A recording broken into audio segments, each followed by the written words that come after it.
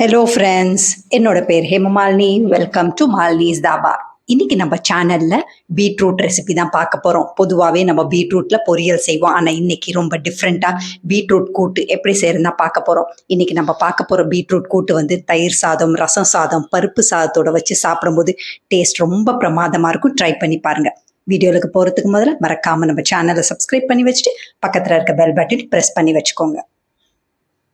Beetroot கூட்டு செய்கிறதுக்கு நம்ம இன்றைக்கி ப்ரெஷர் குக்கரில் தான் செய்ய போகிறோம். அதுக்கு நான் ப்ரெஷர் குக்கரை அடுப்பில் வச்சுட்டு 2 டீஸ்பூன் அளவுக்கு எண்ணெய் சேர்த்துக்கோங்க. இதில் கடுகு, உளுந்து, சோம்பு வந்து எல்லாமே முக்கால் டீஸ்பூன் சேர்த்துட்டு இதெல்லாம் நல்லா பொரிஞ்சோன்னு 3 வெள்ளை பூண்டை பொடியாக நறுக்கி சேர்த்துக்கோங்க. அதே மாதிரி 3 பச்சை மிளகாவும் உடச்சி போட்டு சேர்த்துருக்கேன். ஒரு பெரிய வெங்காயத்தை பொடியாக நறுக்கி சேர்த்துருக்கேன். கொஞ்சமாக கருவேப்பிலை எல்லாத்தையும் சேர்த்து 2-3 நிமிஷம் நல்லா வதக்கி விட்டுக்கோங்க.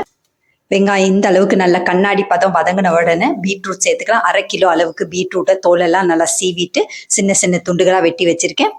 வெட்டி வச்சிருக்க பீட்ரூட்டை சேர்த்துட்டு 1/2 டீஸ்பூன் அளவுக்கு உப்பு, 1/4 டீஸ்பூன் அளவுக்கு மஞ்சத்தூள் சேர்த்து மறுபடியும் 2 நிமிஷம் நல்லா வதக்கி விட்டுக்கோங்க. இந்த மாதிரி நல்லா வதங்கின பிறகு ஏற்கனவே நான் 1/2 கப் அளவுக்கு பைத்தம்பருப்பு எடுத்து 2-3 தடவை நல்லா கழுவிட்டு 1/2 மணி நேரமாக ஊற வச்சுருந்தேன். ஊற வச்ச பைத்தம்பருப்பை தண்ணியெல்லாம் வடிச்சிட்டு இப்போ சேர்த்துக்கோங்க. பொதுவாகவே நம்ம பீட்ரூட்டில் பொரியல் செய்வோம் தேங்காய் பூ போட்டு, ஆனால் இந்த மாதிரி பைத்தம்பருப்பு போட்டு கூட்டு செஞ்சு பாருங்கள், டேஸ்ட் ரொம்ப பிரமாதமாக இருக்கும். இதை நல்லா கலந்து விட்டுக்கோங்க. இந்த மாதிரி நல்லா கலந்து விட்டுட்டு நான் 1/2 டீஸ்பூன் அளவுக்கு சில்லி ஃப்ளேக்ஸ் சேர்க்குறேன். உங்கள் காரத்துக்கு ஏற்ற மாதிரி சேர்த்துக்கோங்க. சில்லி ஃப்ளேக்ஸ் உங்களுக்கு விருப்பமாக இருந்தால் சேர்த்துக்கோங்க. ஏன்னா நம்ம ஏற்கனவே பச்சை மிளகாய் கொஞ்சம் அதிகமாக தான் சேர்த்துருக்கோம். இதையும் சேர்த்துட்டு நல்லா கலந்து விட்டுக்கோங்க. இதில் 3/4 கப் அளவுக்கு தண்ணி சேர்த்துக்கோங்க.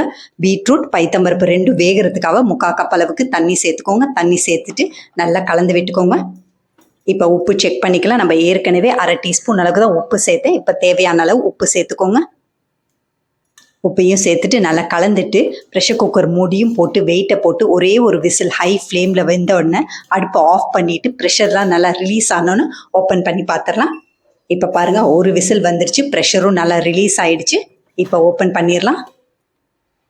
ரொம்ப டிஃப்ரெண்ட்டான பைத்தம்பருப்பு பீட்ரூட் கூட்டு வந்து ரெடி ஆகிடுச்சு. ரொம்ப சிம்பிள் அண்ட் ஈஸியாக செஞ்சிடலாம். டேஸ்ட் வந்து ரொம்ப பிரமாதமாக இருக்கும். குழந்தைங்கள்லேருந்து பெரியவங்க வரைக்கும் விரும்பி சாப்பிடுவாங்க. பீட்ரூட்டே சாப்பிடாதவங்க கூட இந்த மாதிரி கூட்டு செஞ்சு கொடுத்தீங்கன்னா விரும்பி சாப்பிடுவாங்க. பாருங்கள், பீட்ரூட்டும் சரி, அதே நேரத்தில் பைத்தம்பருப்பும் நல்லா மலர்ந்து வெந்திருக்கு. இதை நல்லா கலந்து விட்டுக்கோங்க.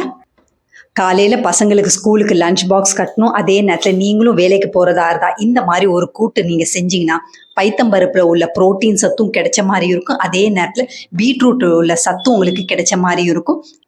இந்த பீட்ரூட் பைத்தம்பருப்பு கூட்டை ரசம் சாதம், தயிர் சாதம், பருப்பு சாதத்தோட வச்சு சாப்பிடும்போது டேஸ்ட் ரொம்ப பிரமாதமாக இருக்கும். நான் இன்னைக்கு சிறு தானியத்தில் தான் பருப்பு சாதம் வச்சேன். அதோடு சாப்பிடும்போது டேஸ்ட் ரொம்ப நல்லாயிருக்கும். ட்ரை பண்ணி பாருங்கள். இதே மாதிரி அளவுகளோட நீங்களும் இதே மாதிரி பீட்ரூட் பைத்தம்பருப்பு கூட்டை செஞ்சு பார்த்துட்டு எப்படி இருக்குன்னு கமெண்ட் பண்ணுங்கள். பிடிச்சிருந்தா இந்த ரெசிபி உங்கள் ஃபேமிலி ஃப்ரெண்ட்ஸோட ஷேர் பண்ணுங்கள், லைக் பண்ணுங்கள், சேவ் பண்ணி வச்சுக்கோங்க.